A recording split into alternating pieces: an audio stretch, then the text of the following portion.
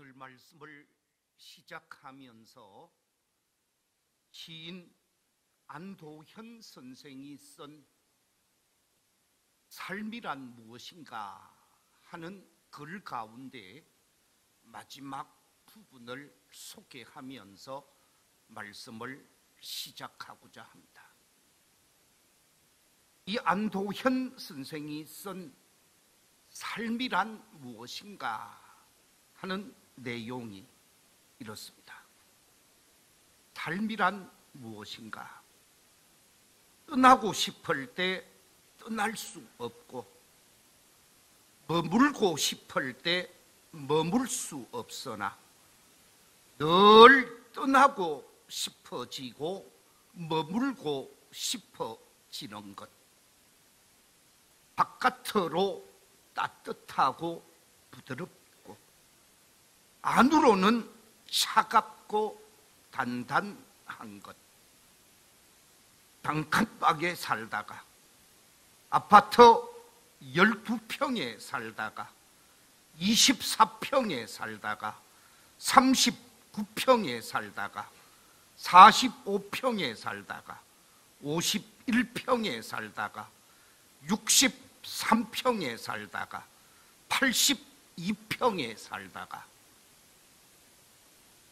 문득 단칸방을 그리워하다가 결국은 한 평도 안 되는 무덤 속으로 들어가 눕는 것.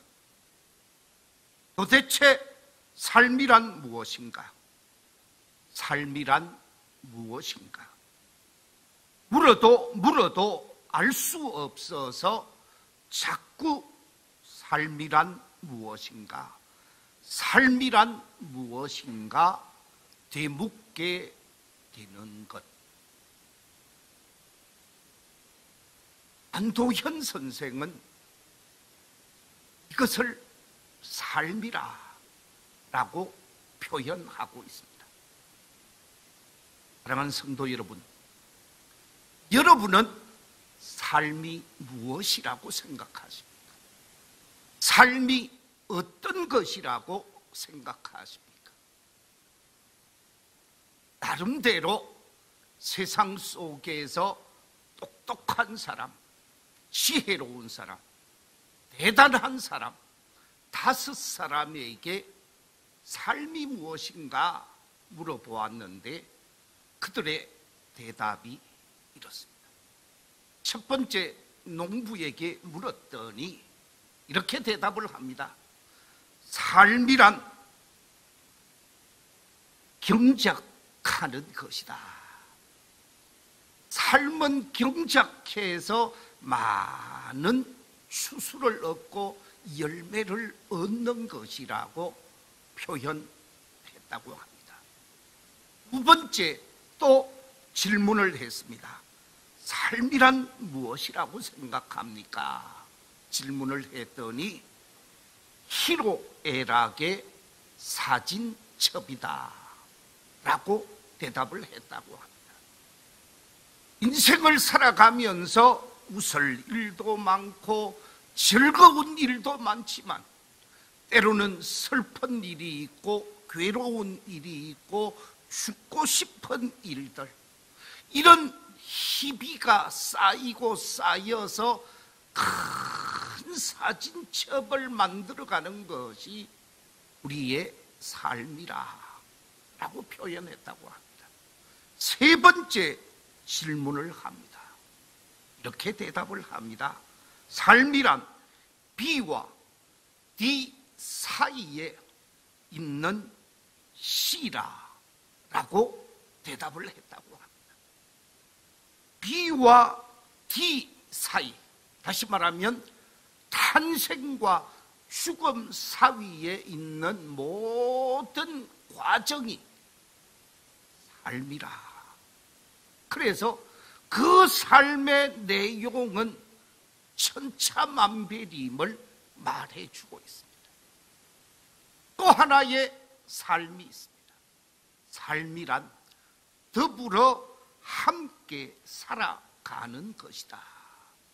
나 혼자 살 수가 없어서 함께 살되 아내와 살고 가족과 살고 형제와 살고 이웃과 살고 민족과 더불어 함께 살아가는 것이 삶이라 라고 말했다고 합니다. 또 하나 대답이 있습니다. 삶이 무엇인가? 삶은 이 땅에 태어나면서부터 죽기 직전까지의 한 편의 드라마라. 그래서 그 드라마가 희극으로 끝나는 사람도 있고 그 드라마가 비극으로 끝나는 사람도 있는데 삶은 한 편의 드라마라 라고 말하고 있습니다.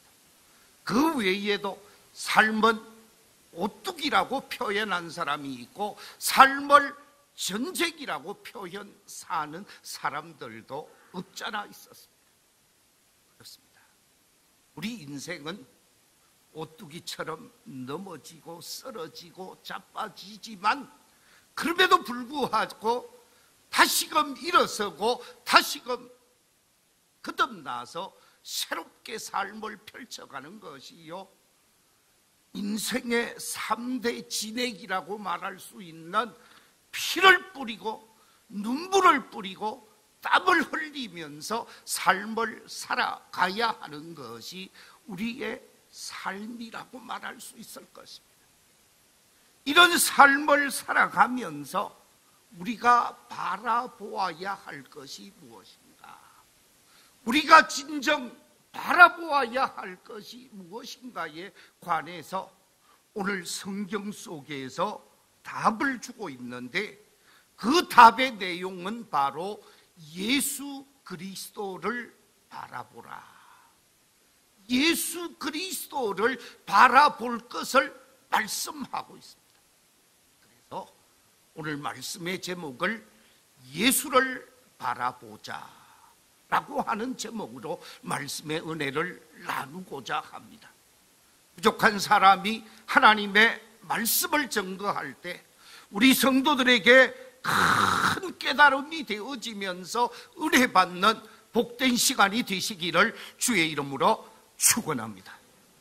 자, 그렇다고 하면 오늘 본문 속에서 예수를 바라보라, 예수를 바라보라고 하는 이 말씀의 신학적인 의미가 무엇일까? 이 말씀이 우리 성도들을 향하여 말씀하시는 신앙적인 의미가 무엇일까? 여기서 예수를 바라보라는 말씀 속에는 크게 4가지의 신앙적 의미가 담겨 있습니다. 제일 첫 번째 의미는 초점, 우리의 관심, 우리의 관심과 초점을 예수께 맞추어야 한다는, 예수님을 바라보라는 말씀은 우리의 관심과 우리의 초점을 예수님에게 맞추어야 바르게 살 수 있고 의미 있게 살 수 있고 가치 있게 살 수 있으니 예수님께 초점을 맞추라는 말씀.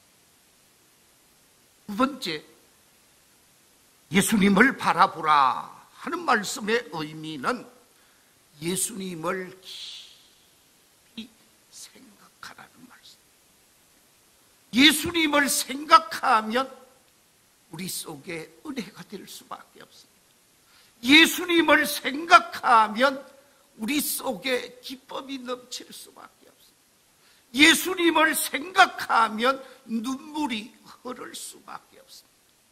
예수님을 생각하면 두 손을 들고 십자가 앞에서 회개할 수밖에 없습니다. 예수님을 바라보는 사람은 예수님을 생각하는 사람이요, 예수님을 생각하는 사람은 그 마음이 예수님과 합의를 되어지며 하나님의 은혜를 체험하기에 예수님을 바라보라 말씀하고 있습니다. 세 번째 예수님을 바라보라는 말씀은 예수님만 믿고 예수님만 의지하며 살 것을 말씀하는 것입니다. 우리가 세상 돈을 의지하기도 하고 세상 권력을 의지하기도 하고 세상의 지식을 의지하며 살게 되어지기도 합니다. 그러나 돈과 권력과 지식이 우리에게 잠시 유익을 줄 수 있지만 우리를 구원의 사람으로, 영생의 사람으로, 하나님의 사람으로 삶을 살게 하는 것은 아니라는 것이죠. 오직 우리를 구원할 자, 우리를 하나님의 백성으로 거듭나게 하시며 우리의 삶을 책임져 주실 분은 여호와 하나님이시기에 여호와 하나님을 믿고 의지하며 살 것을 말씀하는 것입니다. 네 번째, 여호와를 바라보라 하는 말씀은 현재 진행형으로 한 번 바라보고 잠시 바라보고 멈추는 것이 아니라 멈추지 말고 계속해서 바라보라. 계속 주님을 바라보며 삶을 살라 하는 말씀입니다. 아마 해바라기에 관해서 여러분이 잘 아실 것입니다. 해바라기는 자라가면서 해를 바라보는 방향으로 자신의 몸을 틀게 되어집니다. 그리고 이 해바라기는 끊임없이 해를 바라보면서 자라가게 되어지고 성장하게 되어지고 성숙한 모습을 보이게 되어지는데, 그러는 가운데 아름다운 꽃을 피우게 되어지고 그야말로 알곡을 빽빽하게 맺으면서 생을 마감하게 되어지죠. 바로 예수님을 바라보라는 말씀은 멈추지 말고 계속해서 예수님을 바라보게 되어지면 우리의 삶이 복될 수 있고 우리의 삶이 알찰 수 있고 우리의 삶이 믿음의 성공자로 우뚝 서게 되어지고 하나님의 은총 안에서 많은 믿음의 열매를 거두게 되기에 계속해서 바라보며 삶을 살 것을 말씀하는 말씀입니다. 자, 그러면 관심과 초점을 예수님께 맞추고 깊이 예수님을 생각하면서 예수님을 믿고 예수님을 의지하면서 계속해서 예수님을 바라보아야만 하는 이유가 무엇인가? 왜 우리는 예수님을 바라보아야만 하는가? 세 가지 이유 때문에 그렇습니다. 예수님을 바라보아야만 하는 이유 가운데 첫 번째 이유가 무엇입니까? 그것은 예수님만이 우리에게 참된 소망이 되시는 분이요 참된 소망을 주시는 분이기 때문에 그렇습니다. 세상 속에 참된 소망을 찾을 길이 없습니다. 우리가 살고 있는 이 세상 속에서 참된 소망을 그 누구도 보장해 주지 않는다라는 것. 이런 재미있는 소설이 있지요. 한 소년이 자신의 집 앞에 아름다운 무지개를 보게 되어집니다. 야, 저 무지개를 가지면 좋겠다 라고 생각을 하고 이 소년이 무지개를 잡기 위해 준비해서 집을 떠나게 되어집니다. 무지개를 잡기 위해 열심히 쫓아다녔습니다. 따라가면 저만큼 멀어지고 따라가면 저만큼 멀어지고 계속해서 오색빛이 빛나고 7색깔 무지개를 쫓아서 달려가고 달려가면서 그 찬란한 무지개를 잡고자 그는 그의 인생 전부를 허비하게 되어집니다. 그러나 그가 소유하고자 했던, 그가 잡고자 했던 7색깔 무지개를 그는 소유하지 못하게 되어집니다. 무거운 발걸음으로 머리에는 이미 하얀 이슬이 내려진 채 다시금 고향으로 돌아오게 되어집니다. 자신의 집 고향 처막 끝에 앉아서 다시금 집 앞에 산을 바라보게 되어지는데, 어느 날 무지개는 자신의 집 앞에 와 있는 것을 발견하게 되어집니다. 무지개는 우리가 소유할 수 있는 것이 아니죠. 꿈과 같은 무지개, 세상에 그 어떤 것도 무지개 빛깔처럼 아름다운 것이 없고, 이 세상 속에서 우리에게 참된 소망을 주는 것은 아무것도 없습니다. 영롱한 빛을 발하는 세상의 것, 세상의 부귀와 세상의 영화를 비롯해서 돈과 명예와 권세를 바라보면서 그것을 잡고자 얻고자 열심히 쫓아가게 되어지면 그 마지막 결과는 허무와 절망밖에 없습니다. 그러나 우리가 예수 그리스도를 바라보고 예수 그리스도를 쫓아가게 되어질 때, 예수님은 절망 속에 있는 우리에게 소망을 주시고 절망 속에 있는 우리에게 영원한 희망을 주시는 주님이시라는 것이죠. 그래서 죽음의 문을 활짝 열고 영광의 그 나라에 들어갈 수 있는 참 소망을 주시는 분이 예수님이시기에 우리는 예수 그리스도를 바라보고 예수 그리스도를 쫓아가야 하는 것이죠. 이 자리에 나와 하나님 앞에 예배드리는 우리 모든 성도들이 절망의 늪에서 허우적대며 세상 것으로 만족하고자 하는 것이 아니라, 우리 주님을 바라보면서 주님이 주시는 소망, 주님이 주시는 영생, 주님이 주시는 하늘나라를 대망하면서 믿음의 아름다운 길을 걸어갈 수 있는 복 있는 성도들이 다 되시기를 주의 이름으로 축원합니다. 아멘. 두 번째, 예수님을 바라보아야 하는 이유가 무엇인가? 그것은 다름이 아니라 예수님만이 유일한 구원자가 되시기 때문에 그렇습니다. 예수님만이 우리의 죄와 허물과 부끄러움을 다 해결해 주시고 우리에게 자유와 해방과 구원을 주시는 분이시라는 말씀입니다. 우리 인간은 죄로 말미암아 죽을 수밖에 없고 심판당할 수밖에 없는 불행한 존재입니다. 영원한 하늘나라에 대한 소망도 없이 절망의 늪에 빠진 채 몸부림치며 살아가는 존재가 우리 인간입니다.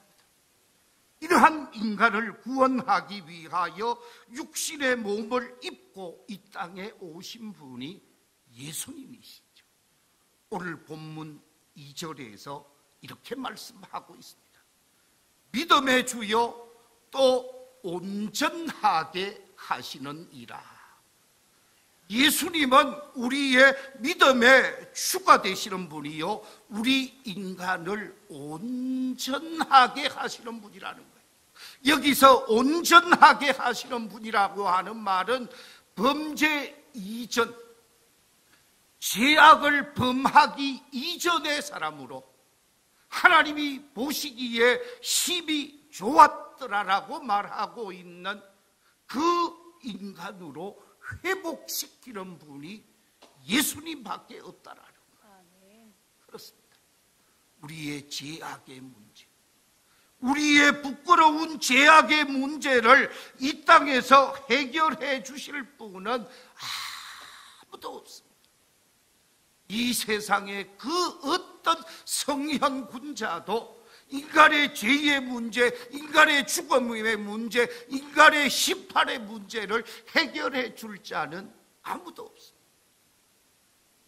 그런데 하나님께서 죄인된 인간을 구원하기 위하여 예수님을 이 땅에 보내주셨고, 이 땅에 보내주신 예수님에 관해서 요한은 요한복음 3장 16절 17절 속에서 이렇게 말해주고 있습니다.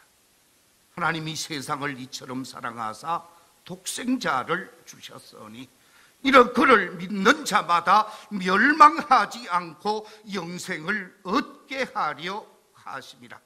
하나님이 그 아들을 세상에 보내신 것은 세상을 심판하려 하심이 아니요 그로 말미암아 세상이 구원을 받게 하려 하심이라.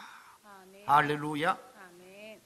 하나님께서 예수 그리스도를 이 땅에 보내주신 것은 세상을 심판하시고자 하는 것이 아니라 세상의 모든 사람의 죄를 대속하시고 죄인을 구원시켜서 온전한 하나님의 백성을 만들고자 이 땅에 보내주셨다라는 말씀입니다.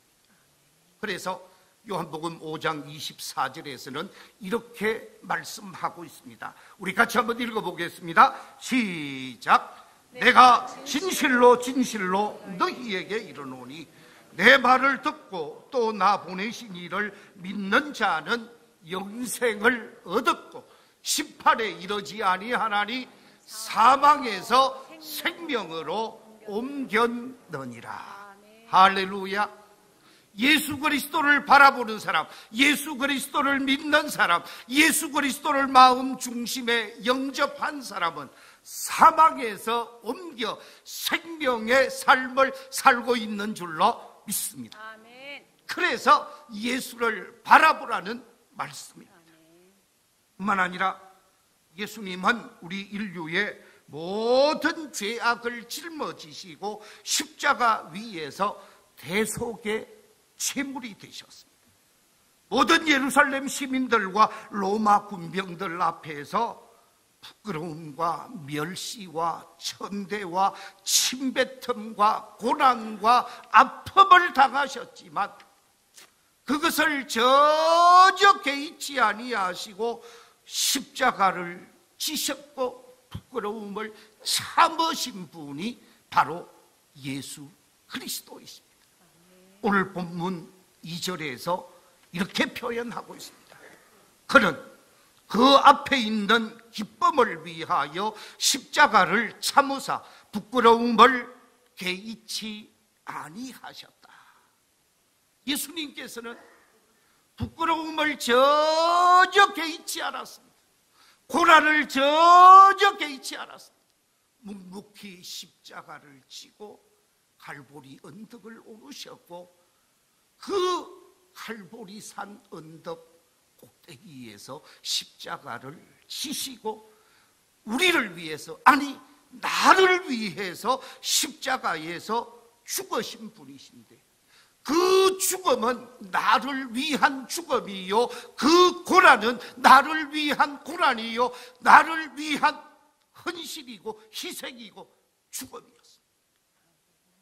예수님이 나를 위해 죽으신 그 십자가의 주님을 바라보게 되어지면 우리가 구속의 은총을 깨달을 수 있고 죄로부터 자유함을 얻을 수 있고 하나님의 참된 자녀가 되기 때문에 주님을 바라보아야 한다라고 말합니다. 선지자 이사야는 예수님의 십자가 죽음에 관해서 이렇게 저긋하고 있습니다. 그가 찔림은 우리의 허물 때문이요 그가 상함은 우리의 죄악 때문이라. 그가 징계를 받음으로 우리는 평화를 누리고 그가 채찍에 맞음으로 우리는 나음을 받았도다. 우리는 다 양 같아서 그릇 행하여 각기 제 길로 갔거늘 여호와께서는 우리 모두의 죄악을 그에게 뭐 하셨다고요? 담당시키셨도다.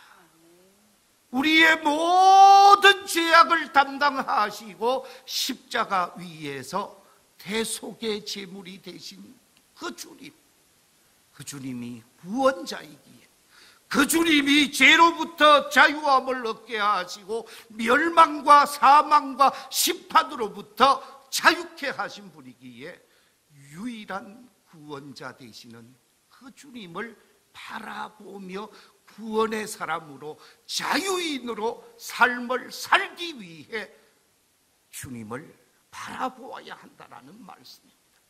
날마다 예수님을 바라보면서 대속의 은총을 경험하고 참된 자유와 참된 기쁨을 누리며 오늘을 살아갈 수 있는 복된 성도들이 다 되시기를 주의 이름으로 축원합니다. 세 번째, 왜 우리가 예수님을 바라보아야만 하는가? 우리가 주님을 바라봐야 하는 것은 부활의 주로서 영광을 받으실 분은 주님 한 분밖에 없기 때문에 그렇습니다. 영광의 주님으로 우리가 만나야 할 주님이 예수 그리스도 한 분밖에 없다라는 거예요. 이 땅에 살다간 모든 사람들은 죄로 인하여 다 절망적 삶을 살다가 가게 되어졌습니다. 그 어떤 사람도 죄로부터 벗어날 수 없었고 죄로부터 자유할 수 없었습니다. 다 죄의 종노릇하며 살았습니다. 네.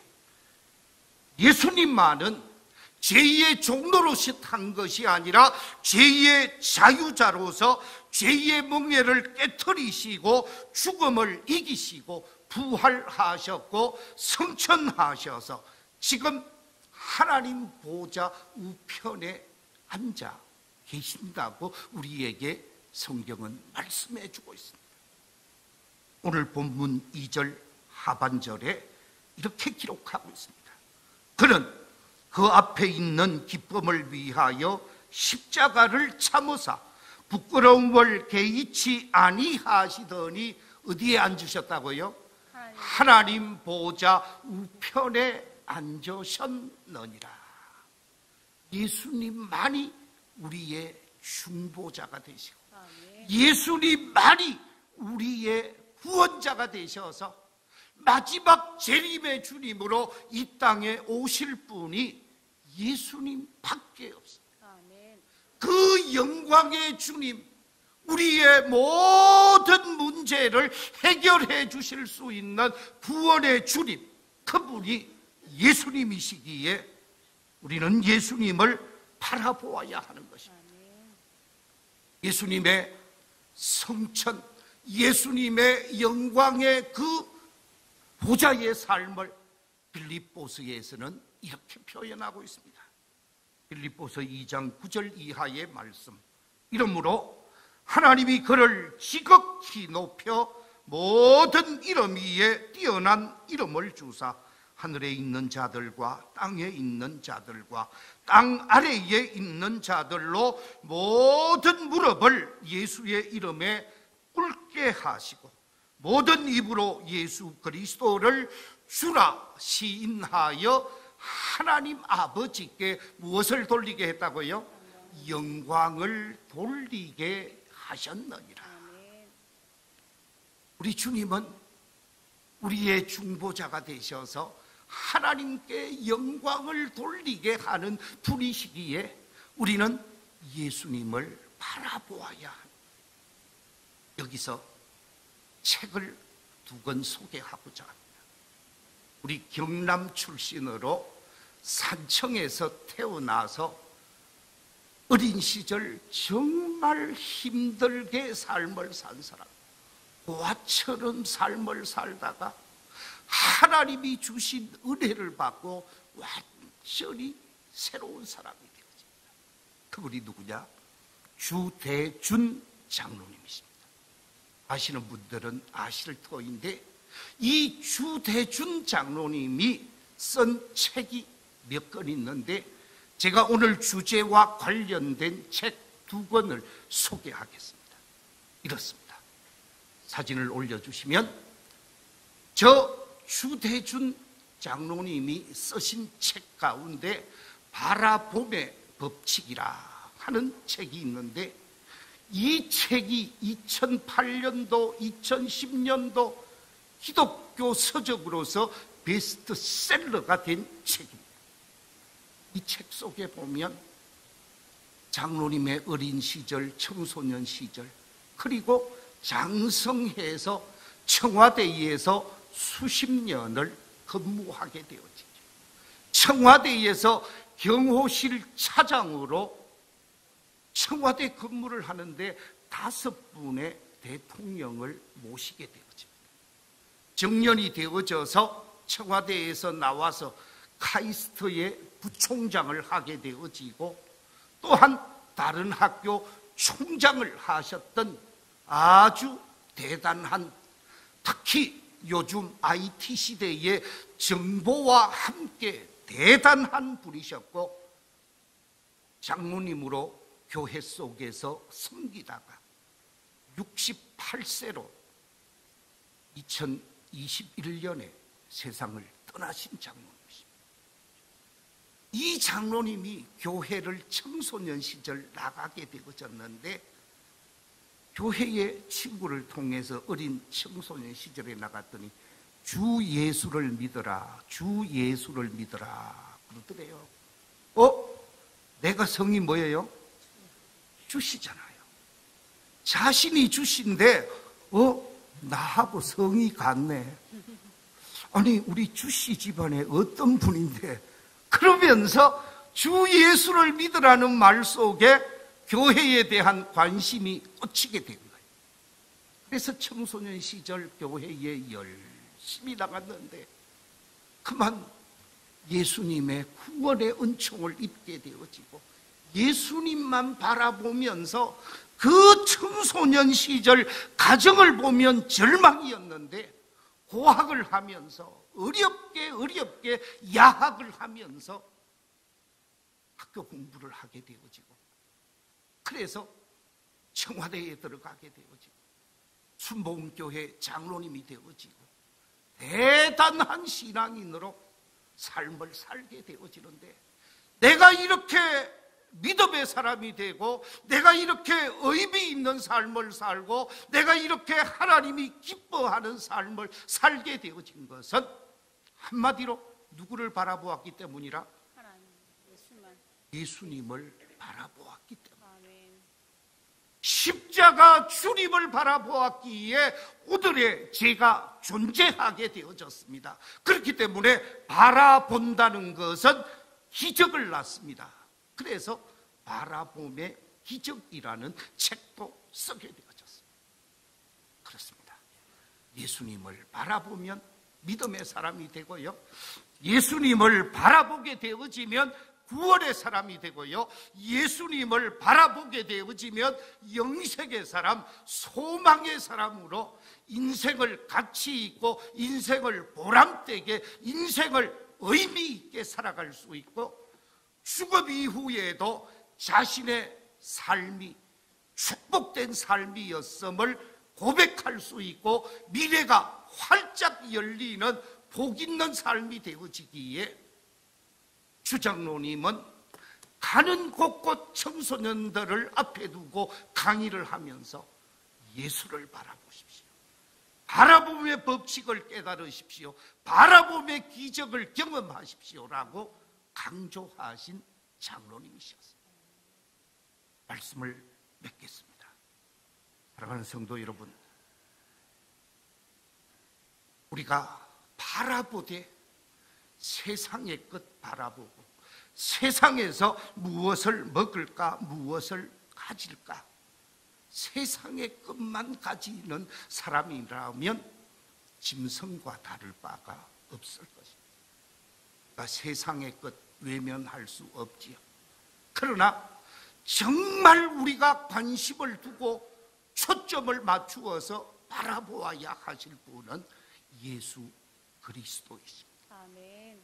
예수 그리스도를 바라보는 사람은 구원의 사람이 되고, 예수 그리스도를 바라보는 사람은 죄와 사망과 심판으로부터 자유함을 얻게 되어지고 예수 그리스도를 바라보는 사람은 이 땅에서 소망의 사람으로 삶을 살게 되어집니다. 예수 그리스도를 바라보며 소망의 삶을 살아갈 수 있는 우리 모든 성도들이 다 되시기를 주의 이름으로 축원합니다. 아멘.